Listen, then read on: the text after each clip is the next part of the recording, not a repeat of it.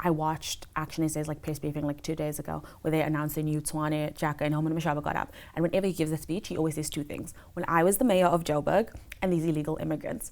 And I think to me that is so disconcerting because like a political party like the Patriotic Alliance, I can understand the populist angle, right? It is who their voter base is. It appeals to a lot of their issues that their voter base is targeting. But when you look at a political party like Action SA, where they seem to be a little more centrist in a lot of their policies, I mean, I would argue that they are probably currently the best political party opposition in parliament currently. From a legislative perspective, the policies that they're putting forward are very strong and sound.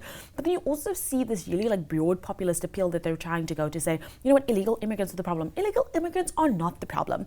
And I think that it is really upsetting when you see political parties play into this narrative to score cheap political points. Is there a difference between a political party that says,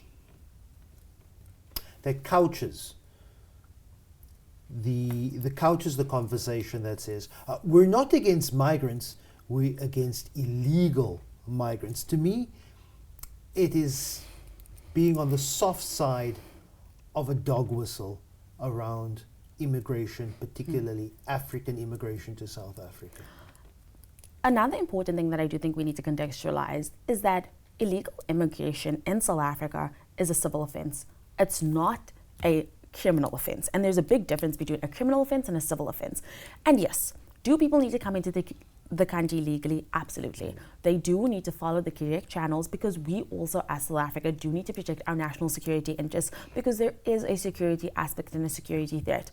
But I do not think that you could get up and say, I'm not against immigration, I'm just against illegal immigration, but not have a robust plan to how you plan to fix those channels. There are massive backlogs when we look at migrant visa applications, when we look at the relationships and the displaced relationships and strange relationships between the various African embassies in South Africa as a whole, when we look at backlogs within Home Affairs.